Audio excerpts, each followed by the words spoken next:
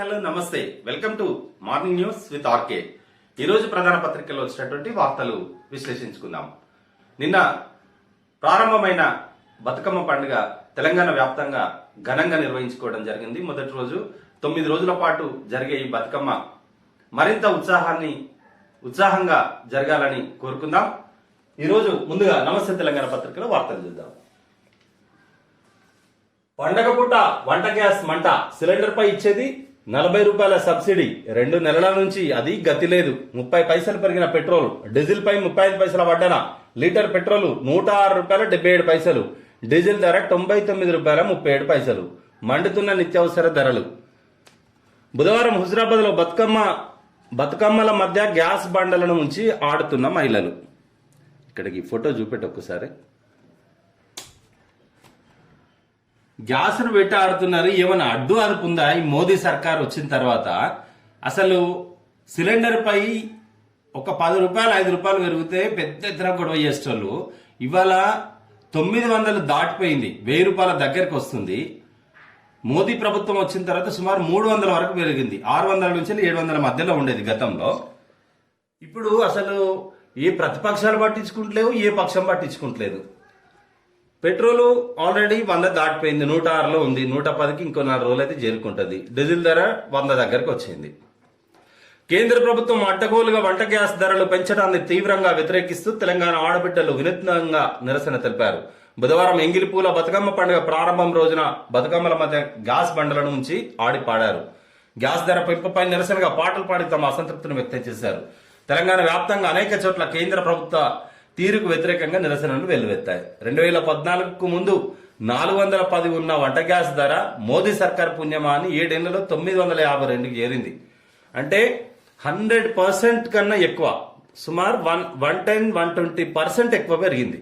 410ది 952, ఇంకో 4 రోజులు అయితే 1000 రూపాయలు అవుతుంది. ఏంది అది? దానికి ఇచ్చే సబ్సిడీ కూడా ఏం లేదు. ఇప్పుడు పార్టీ బీజేపీ పార్టీ ఇంకో పార్టీ కాదు, ఇక్కడ పేద ప్రజలపై డైరెక్ట్ గా ఎఫెక్ట్ పడుతుంది కదా. ఇంత భారాన్ని ఎట్లా భరిస్తారు?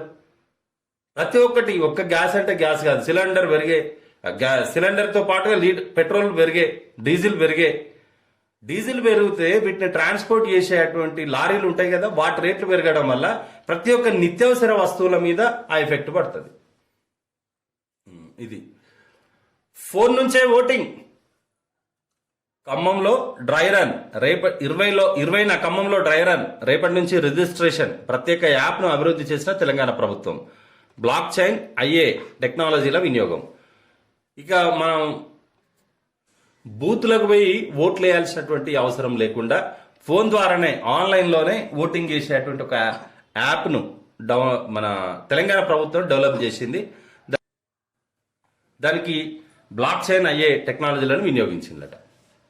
ఇది చాలా మంచిది. ఇప్పుడు వృద్ధులకు కావచ్చు, చాలా ఖర్చు తక్కువ, ఆన్లైన్లో ఈజీగా అయిపోతుంది. ఎవరికి ఇబ్బంది లేకుండా ప్రొటెక్షన్, వాటికి సెక్యూరిటీ, బాక్సులు, ఉద్యోగులు, ఇదంతా ఏం లేకుండా ఇంట్లో నుంచి హాయిగా వేసుకునేటువంటి ఉంటుంది. కానీ దీన్ని వెనుకున్నటువంటి మర్మం ఏందో కూడా తెలవాలి.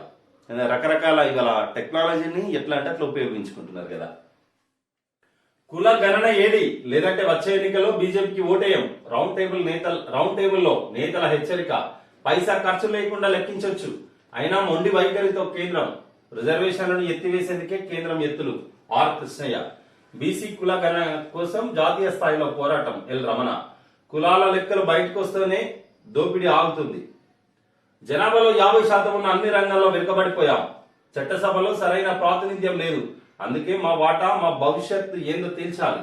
బీసీల కులగణన చేపట్టకుంటే కేంద్రంలోని బీజేపీ సర్కారుతో తాడో పేడో తేల్చుకుంటామని బీసీ నేతలు, మేధావులు హెచ్చరించారు. జాతీయ బీసీ సంక్షేమ సంఘం ఆధ్వర్యంలో సోమాజిగూడ ప్రెస్ క్లబ్ లో బుధవారం బీసీ ఉద్యోగులు, మేధావుల రౌండ్ టేబుల్ సమావేశం నిర్వహించింది. ఈ రౌండ్ టేబుల్ సమావేశంలో ఆర్ కృష్ణయ్య, రమణ, హనుమంతరావు, నారాయణ, అజిత్ పాషా పాల్గొని బీసీల కులగణన చేయాలి కదా భారతీయ జనతా పార్టీ చేయమని చెప్పేసి సుప్రీంకోర్టులో చెప్పింది. దాని మీద ఆందోళన నడుస్తుంది. ఒక్కో కార్మికుడికి 1.15 లక్షలు, అంటే 1,15,000 ఒక్కో కార్మికుడికి. లాభాల్లో వాటా, దసరా అడ్వాన్స్, దీపావళి బోనస్. లాభాల్లో వాటా, దసరా అడ్వాన్స్, దీపావళి బోనస్. సింగరేణిలో ట్రిపుల్ ధమాకా, రేపు ఖాతాల్లో పండగ అడ్వాన్స్ జమ, 11 నుంచి లాభాల్లో వాటా చెల్లింపులు. నవంబర్ 1న దీపావళి బోనస్ గా 72,500. సింగరేణి సీఎండి శ్రీధర్ ప్రకటన. కార్మికులు ఉద్యోగులు ఆనందోత్సవాలు. కార్మికుల కళ్ళలో ఆనందం చూసిండు సీఎండి శ్రీధర్ గారు. దసరాకు 1,15,000, దీపావళికి 72,500. ఓకే. అంగట్లో ఆర్డినెన్స్ 1,00,000 కోట్ల విలువైన భూములకు కేంద్ర ప్రభుత్వం వేశారు. ఆర్డినెన్స్ ఫ్యాక్టరీల ప్రైవేటు వెనక బీజేపీ సర్కార్ కుట్ర. దేశవ్యాప్తంగా 41 ఓఎఫ్బీలు, 62,000 ఎకరాల భూములు, మెషనరీ భూములు కలిపితే 1,00,000 కోట్లలో విలువ. మెదక్ ఆర్డినెన్స్ ఫ్యాక్టరీకి 3,500 ఎకరాల భూమి, మెషనరీ భూమి కలిపితే దీని విలువ 2,00,000 కోట్లు. విలువైన భూములు ప్రైవేటుకు దారాదత్తం చేసేందుకే ఓఎఫ్బీలను నిర్వీర్యం చేస్తున్నారంటూ కార్మిక సంఘాలు. దేశ రక్షణకి ప్రమాదం. కీలక సంస్థను ప్రైవేట్కు అప్పజెప్పితే దేశ రక్షణకు విఘాతం కలుగుతుంది. కేంద్రం ఈ విషయంలో పునరాలోచన చేయాలని మా విన్నపం. ఇప్పుడు డిపిఎస్యూలుగా ఉంచినా రానున్న కాలంలో ఉద్యోగ భద్రత, ఉద్యోగాల కల్పన కూడా కష్టమవుతుంది. Srikumar, general secretary, all India defence employees federation. అమ్మడం తప్ప ఆర్జించడం తెలియని కేంద్ర సర్కార్ మరో దారుణ కుట్రకు తెరలేపింది. 221 ఏండ్ల చరిత్ర కలిగిన ఆర్డినెన్స్ ఫ్యాక్టరీ బోర్డు సంస్థలను ప్రైవేట్ వ్యక్తులకు దారాదత్తం చేసేందుకు అడుగులు వేస్తుందని కార్మిక సంఘాలు ఆరోపిస్తున్నాయి. డిఫెన్స్ పబ్లిక్ సెక్టార్ యూనిట్లు ఏర్పాటు చేస్తున్నామన్న ముసుగులో క్రమంగా ప్రైవేట్ వ్యక్తులకు దేశంలోని 41 ఆర్డినెన్స్ ఫ్యాక్టరీ భూములను కట్టబెట్టాలని యత్నిస్తుందని ఆందోళన వ్యక్తం చేస్తున్నారు.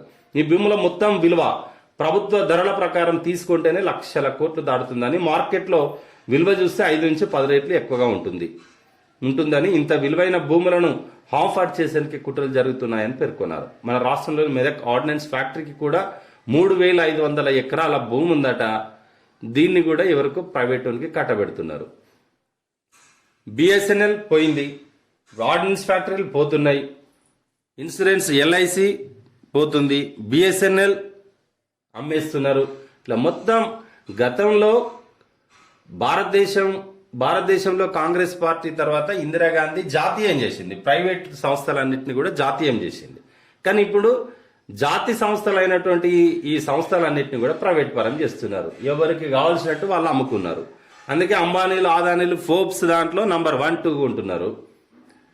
ప్రభుత్వం ఏమో అప్పుల పాలైపోతుంది, ప్రభుత్వ సంస్థలు ప్రైవేటు కట్టబెట్టి. మలేరియాకు తొలి టీకా గ్లాక్సోస్మిత్ వ్యాక్సిన్ కు WHO ఆమోదం.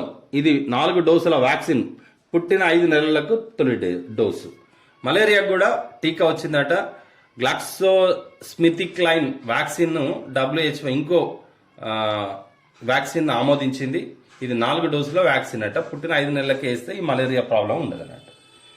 డాక్టర్ అనుషగా తిరిగిరా. గిరిజన విద్యార్థిని వైద్య విద్యకు కేటీఆర్ భరోసా. నిరుపేదకు ఆర్థిక సాయం అందజేసిన ఐటీ మంత్రి. ఎంబీబీఎస్ ఫీజు బాధ్యత తనదేనని నిన్న పిలిచి ఆమె కావాల్సినటువంటి ఫీజు ఏదైతే ఉందో ఆ అమౌంట్ను అందజేసిన కేటీఆర్.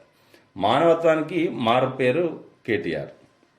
ఇట్లాంటి చాలా మందిని ట్విట్టర్లో రిక్వెస్ట్ పెడితే చాలు ఆదుకుంటున్నాడు.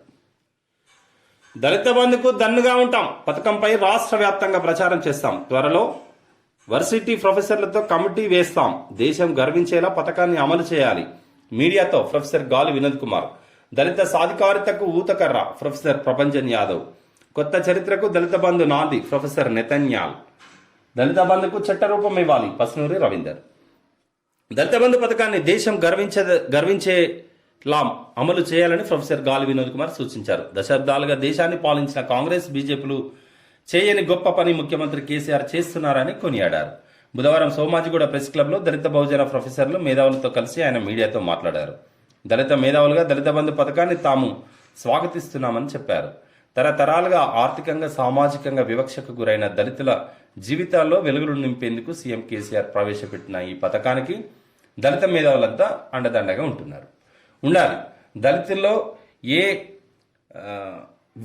వెలివేసినటువంటి దళిత సమాజాన్ని మళ్ళీ వారికి ఆర్థిక ఒక సాధికారత కోసం, ఆర్థికంగా వారు అభివృద్ధి కావాలనే ఉద్దేశంతో కేసీఆర్ తీసుకున్నటువంటి నిర్ణయానికి దళితుల్లో ఉన్నటువంటి మేధావులందరూ కూడా సపోర్ట్ చేయాలి. చేసి అండదండగా ప్రభుత్వానికి ఉంటేనే అది సక్సెస్ అవుతుంది. ఒక 10 లక్షల రూపాయలు డైరెక్ట్ గా క్యాష్ ఇచ్చి అభివృద్ధి కాండి అంటే 10 లక్షల రూపాయలు వారు సంపాదించాలంటే ఎన్నటి సంపాదించాలి ఒక పేదింటి బిడ్డ. అటువంటి వారికి అండదండగా ఉండి వారు ఆర్థికంగా నిలదొక్కుకోవడానికి ఒక వెన్నుముక అయింది కేసీఆర్. ఆ పథకానికి అందరూ సపోర్ట్ చేయాలి. క్షతగాత్రులకు సాయపడితే 5,000 నగదు ప్రోత్సాహకం ప్రకటించిన కేంద్రం. వ్యక్తిగత వివరాలు చెప్పాల్సిన పని లేదు. దేశవ్యాప్తంగా 10 మందికి 1,00,000 బహుమతి. 15 నుంచి అమల్లోకి కొత్త నిబంధనలు.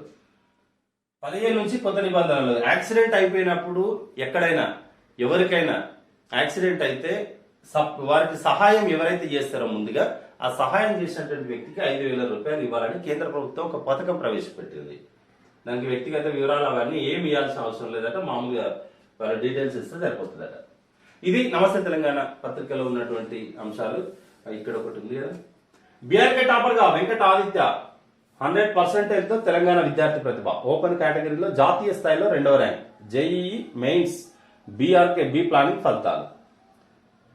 జేఈ మెయిన్స్ దాంట్లో టాపర్కి వచ్చిందట వెంకట ఆదిత్య. కోర్ కోర్సులు కొనసాగించాల్సిందే, పూర్తిగా రద్దు చేయరాదని జేఎన్టీయూ నిర్ణయం. ఒక్కో కాలేజీలో 60 సీట్లతో కోర్సుల నిర్వహణ. ఓకే, ఇప్పుడు ఈనాడు పత్రిక చూద్దాం.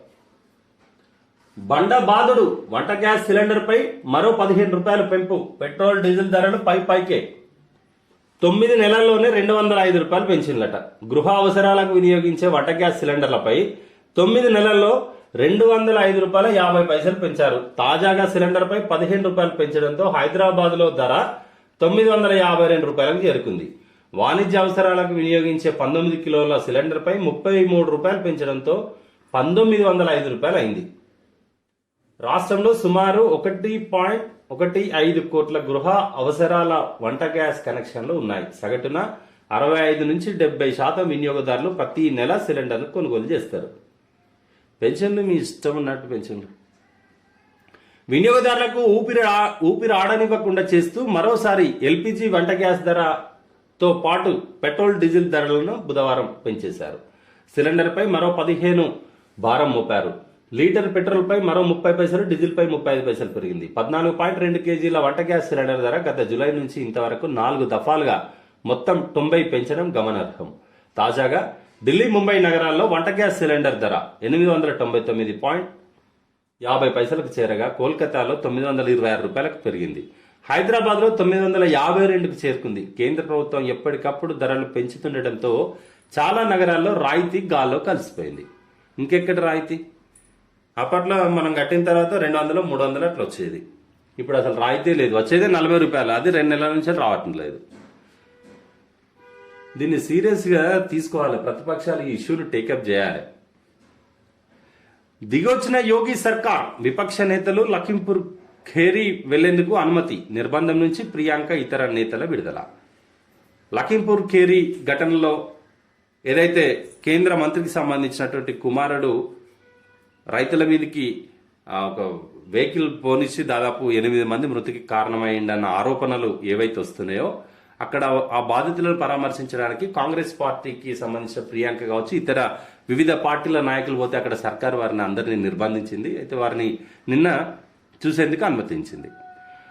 పరమాణువులతో అద్భుతాల సృష్టి, రసాయన శాస్త్రాన్ని పర్యావరణ హితంగా మార్చిన 2 శాస్త్రవేత్తలకు నోబెల్. బెంజమిన్ లిస్ట్, డేవిడ్ మెక్మిల్లన్లకు పురస్కారం. పరమాణువులతో అద్భుతాలు సృష్టించిన ఇది కెమిస్ట్రీలో, రసాయన శాస్త్రంలో 2 ఇది వచ్చింది, నోబెల్ అవార్డ్స్ వచ్చినాయి.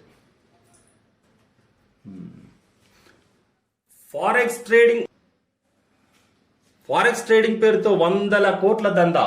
నకిలీ వెబ్సైట్లతో దేశవ్యాప్తంగా 1000 మందికి బురుడి. ఢిల్లీ కేంద్రంగా వసూళ్లకు పాల్పడిన ఘరానా మోసగాళ్లు. తెలంగాణ సిఐడి దర్యాప్తులో విస్తుపోయే వాస్తవాలు. ఫారెక్స్ ట్రేడింగ్ పేరుతో 100 కోట్లలో జరిగిన ఘరానా మోసం ఒకటి ఆలస్యంగా వెలుగు చూసింది. నకిలీ వెబ్సైట్లతో వేలాది మందిని నిలువునా ముంచిన ముఠా ఆగడాలు పోలీస్ దర్యాప్తుల్లో బయటకు వస్తున్నాయి. ఢిల్లీ కేంద్రంగా దేశవ్యాప్తంగా 100 కోట్లు కొల్లగొట్టిన ఈ దందా వేలూనుకుపోయినట్లు స్పష్టమవుతుంది. తెలంగాణ, ఆంధ్రప్రదేశ్కు చెందిన పలువురిని ఏజెంట్లుగా పెట్టుకుని సొమ్ము దండుకున్నట్లు తేలింది. కరీంనగర్ జిల్లాకు చెందిన ఓ బాధితుడు సిఐడి బాధితుడు ఫిర్యాదుతో సిఐడి రంగంలోకి దిగి ఘరానా మోసగాళ్ల కోసం గాలిస్తుంది. కరీంనగర్ చెందిన వ్యాపారి వీరబ్రహ్మచారి హుజురాబాద్ రమేష్ ద్వారా ఫారెక్స్ ట్రేడింగ్ గురించి తెలిసింది.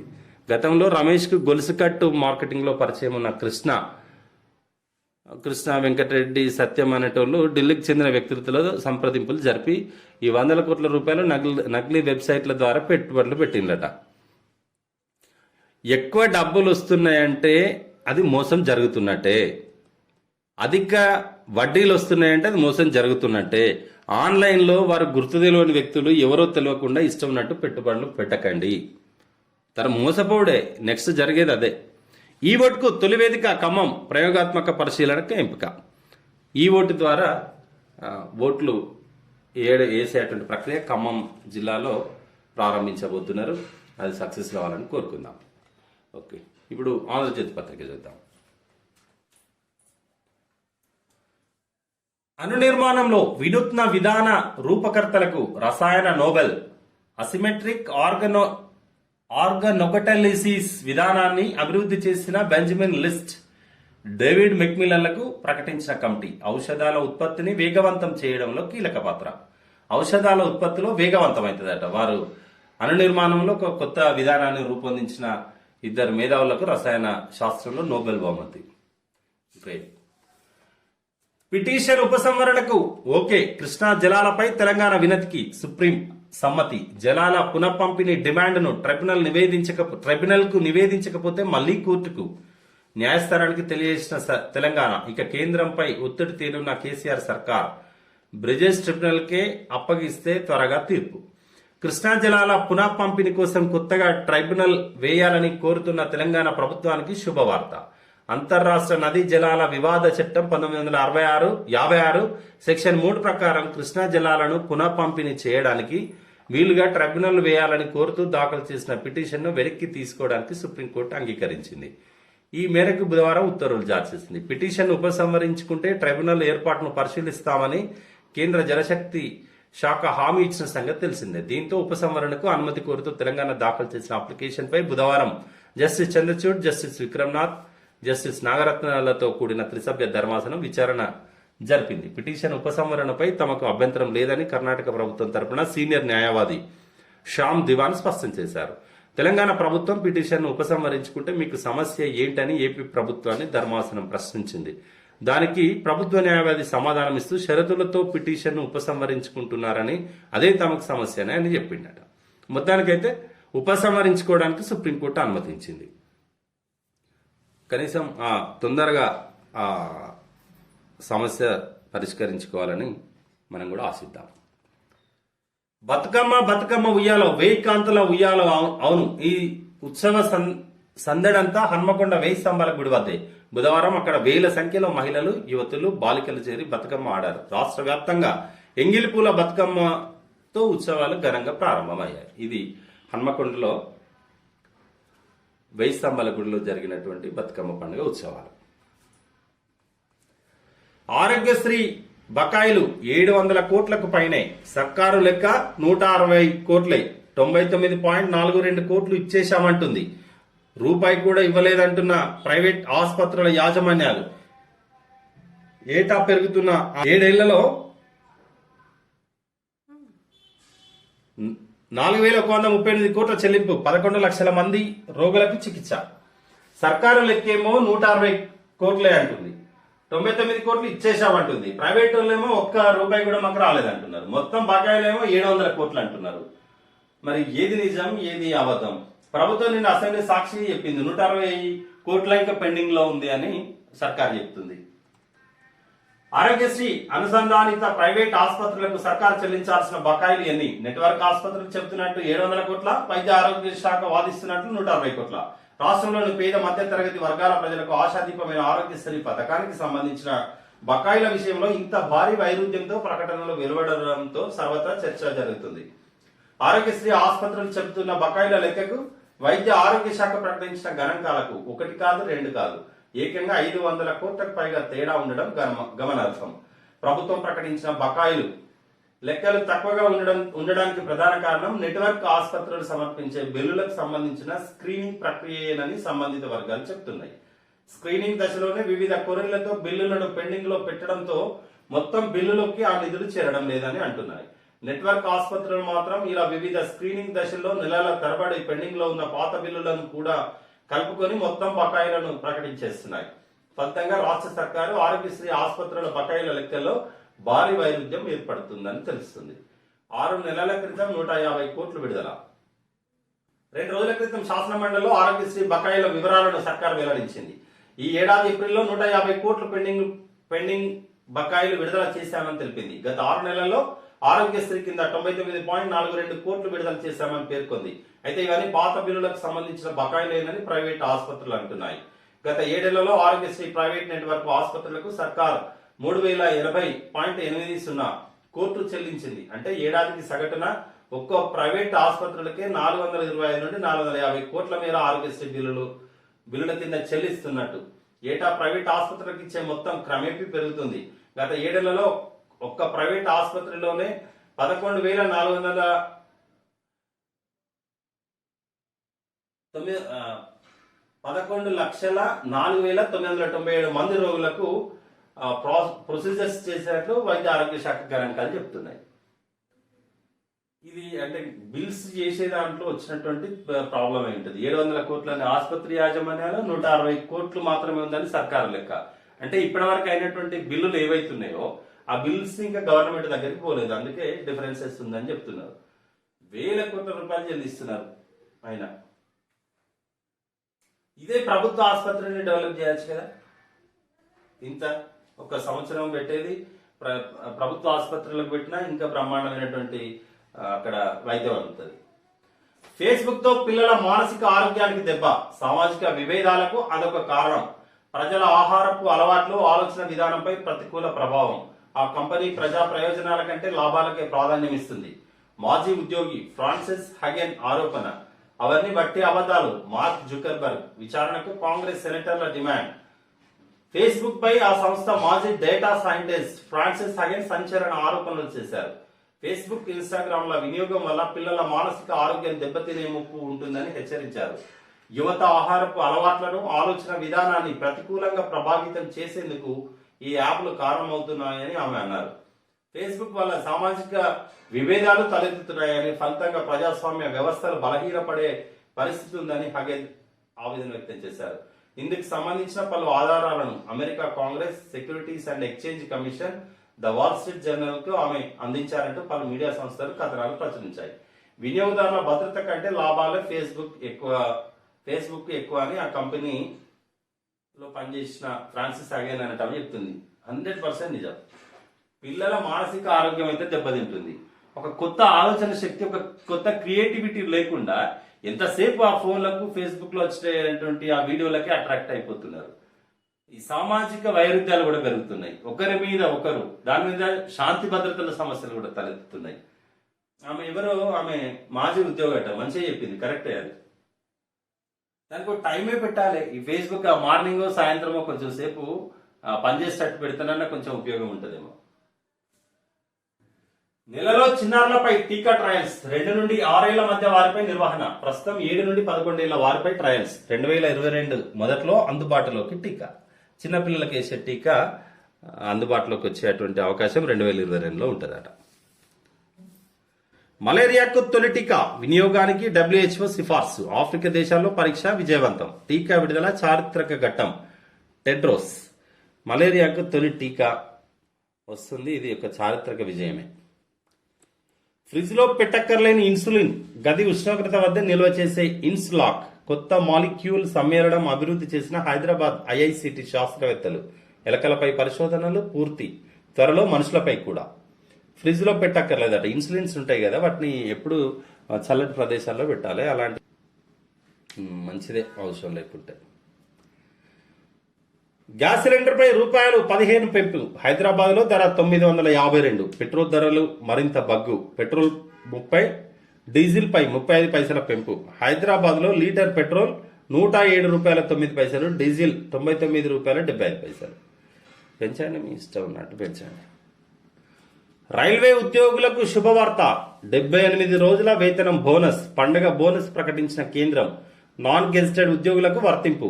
11.56 లక్షల మందికి ప్రయోజనం. దేశంలో 7 మెగా టెక్స్టైల్ పార్కులు. తెలంగాణ, ఏపీతో పాటు 10 రాష్ట్రాల ఆసక్తి. కేబినెట్ కేబినెట్లో రైల్వే ఉద్యోగులకు 78 రోజుల వేతనం ఇచ్చింది. ముంద్రా హెరాయిన్ కేసు ఎన్ఐఏ చేతికి. దర్యాప్తు ప్రారంభించిన అధికారులు. నేషనల్ ఇన్వెస్టిగేషన్ ఏజెన్సీకి ముంద్రా హెరాయిన్ కేసు అప్పగించిండ్రు.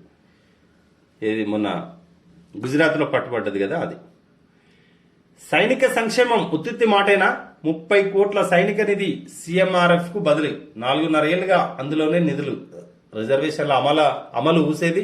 సైనికుల పట్ల ప్రభుత్వం చిన్నచూపు. నెరవేరని కేసీఆర్ హామీలు. రాష్ట్రంలోని సైనికుల సంక్షేమానికి ప్రభుత్వం పెద్దపీట వేస్తుంది. అందుకు ప్రత్యేక నిధిని ఏర్పాటు చేస్తున్నాం.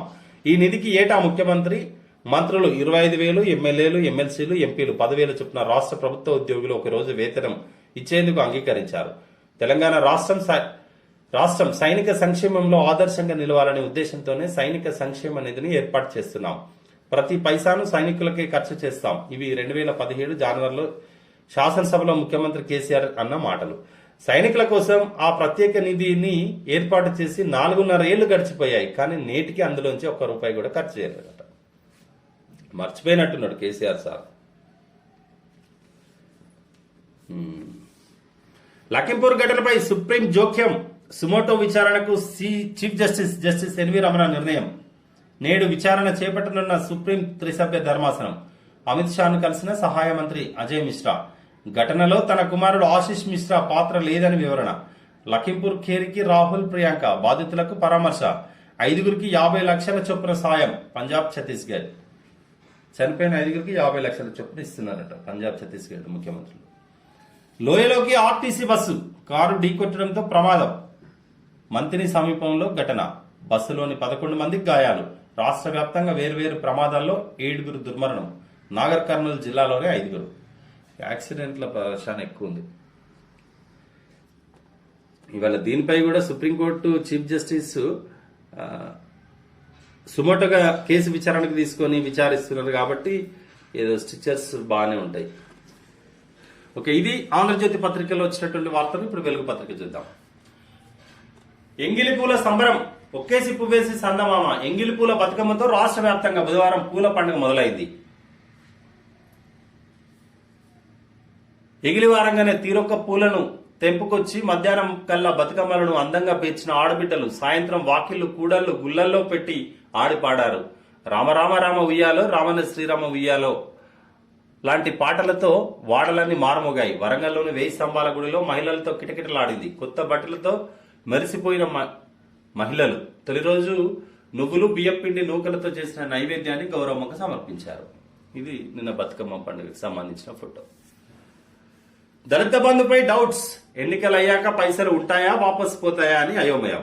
యూనిట్ గ్రౌండ్కు కండిషన్లు పెట్టడం, గ్రౌండింగ్ లేట్ అవుతుండటంతో ఆందోళన. ప్రచారంలో టీఆర్ఎస్ లీడర్లను నిలదీస్తున్న లబ్ధిదారులు.